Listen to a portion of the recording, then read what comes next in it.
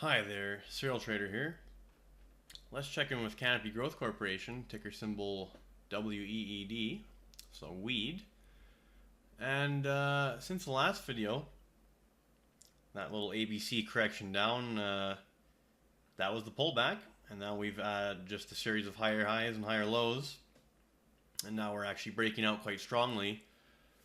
And we aren't quite at all-time highs, although we're less than $1 away, at least from our intraday high here of 43.65. The all-time high was 44, and you see, this beautiful triangle we completed, and I was getting bullish right in here during this E-wave formation, and that's certainly been very rewarding. I mean, E-wave bottomed at $27. And now we've come as high as 43.65 and still climbing. So higher highs lie ahead. So hopefully you at least join me in some sort of position down at these levels when I was laying out this strong uptrend that was likely to come, and here it is. But that being said, so I've just had a parallel trend channel here. And that was just for this ABC down. We've clearly broken out of that, so that's quite positive to see. I'll get rid of that. And I'll even just get rid of the labels here. So right now it's currently labeled. We have a 1, 2, 3, 4, 5, and then possibly of a larger 5 to complete a larger structure. But this might be too conservative, although I like to err on the side of cautiousness, just in case. Once you have 5 up off of a correction and it counts as complete, it doesn't mean it is, but it means that it's possible that you could have at least a large corrective drop, if not something more substantial. Now, I don't believe that to be the case here, but always good to be aware of alternate scenarios. Now, this could actually just be a series of 1s and 2s of multiple degrees, and we're just go crazy here and come up in a strong third of a third wave. That's not how I have it labeled here, but it's certainly possible. Now, let me just zoom out here a bit on the daily. Now, what I've done is I've got some targets here. So I did a reverse Fibonacci of the largest portion of wave 4, which is the A wave, and doing that, the 1.382 reverse fib extension is $52.84, so just close to $53 a share. And the 2.0 multiple is $67.15. So typically these 1.382s are a pretty high confidence target. So good chance we get close to that. And then these 2.0 multiples in a really strong move, they're certainly possible to hit. Although not nearly as likely as the 1.382 multiple. And also I did that triangle thrust measurement before, and I believe that got us somewhere close to around 50. So good chance we knock on the door here on 50 or low 50, something like that. Now the question is, do we go straight there in just a crazy strong move, or do we have some pullback here near term before we make it happen? And, okay, let's go look at today's candlestick. So definitely some selling off the highs today. We have that reasonable sized upper shadow. Although overall still a large amount of the day's gains were held on the close. The T-line this entire rise has been acting quite well as just kind of a natural support level. So look for any subsequent pullbacks here short term to find support on the T-line. And we are starting to get divergence on our RSI here on the daily. We made a high here, RSI got extremely overbought. And now we've made a new high, but RSI is not, so we're having that divergence, although it's quite typical, and you can have multiple divergences and keep going higher and higher before you finally come down and have a big drop. So I wouldn't use that for picking the top necessarily, but just to be aware that perhaps some of the easiest gains are behind us. We'll see.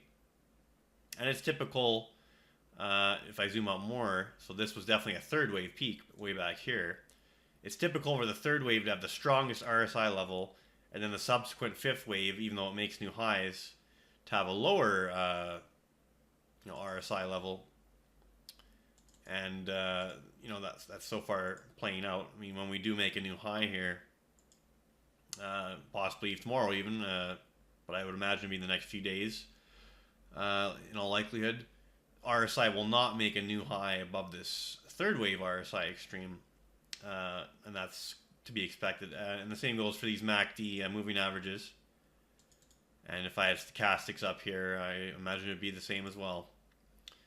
Clear divergence on our MACD moving averages.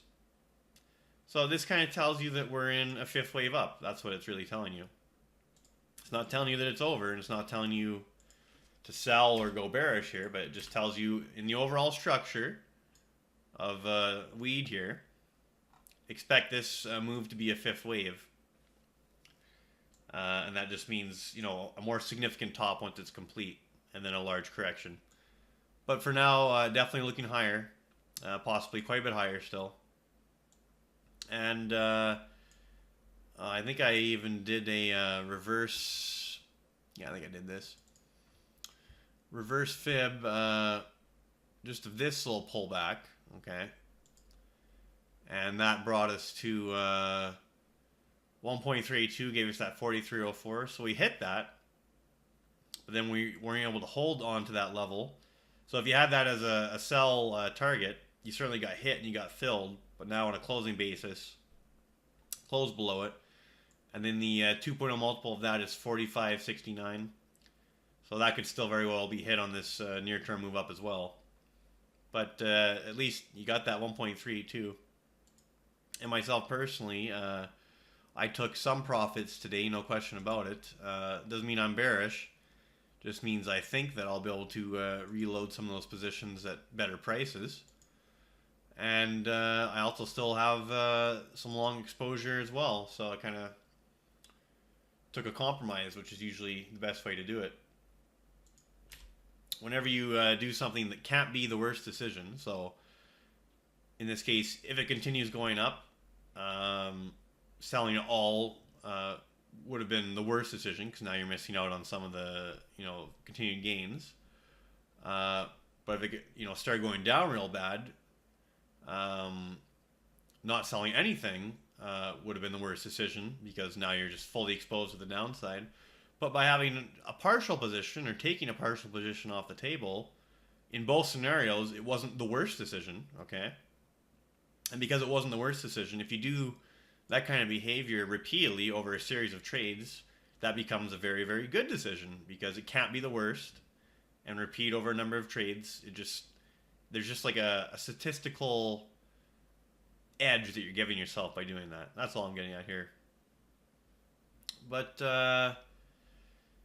yeah, just thought I'd bring it to your attention. And okay, so weed had a good volume today as well, and that's nice to see. Over 9 million shares traded, so very healthy volume, well above average volume.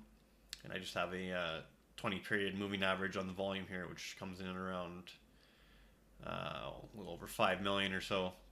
So well over average volume, and certainly in the past, many days, we've exceeded that volume we've been seeing. So we'll see how it plays out. If you do see a candlestick sell signal, and certainly a close below the T-line, that would be a sign to close some positions and wait for more consolidation, in my opinion. But no signal yet. Other than this upper wick, there's no actual sell signal here to speak of. So we'll see how it progresses.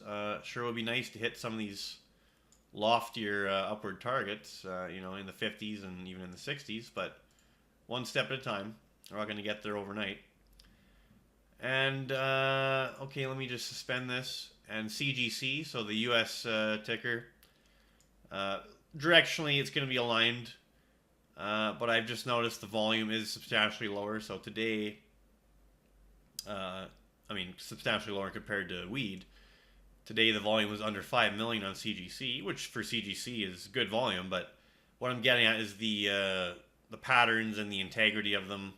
I'm still leaning on weed because it's just got more liquidity, so it has more significance in my opinion. But CGC, directionally, it's going to be very, very much aligned. All right, hopefully that was a helpful update. And we'll continue to watch this market, see where it goes. Keep getting money out of it. Serial Trader, signing off.